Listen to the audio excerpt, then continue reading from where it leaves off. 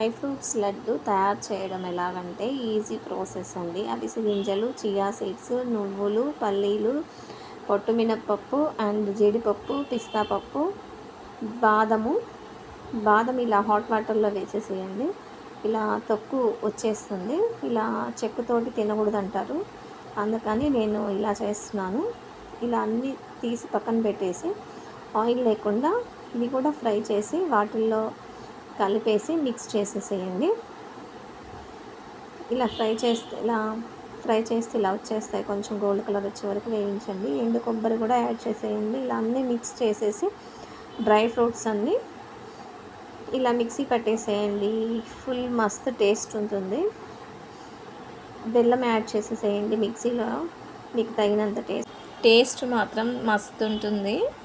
ప్రతిరోజు డైలీ ఎవరైనా తినచ్చు, మంచిది హెల్త్కి.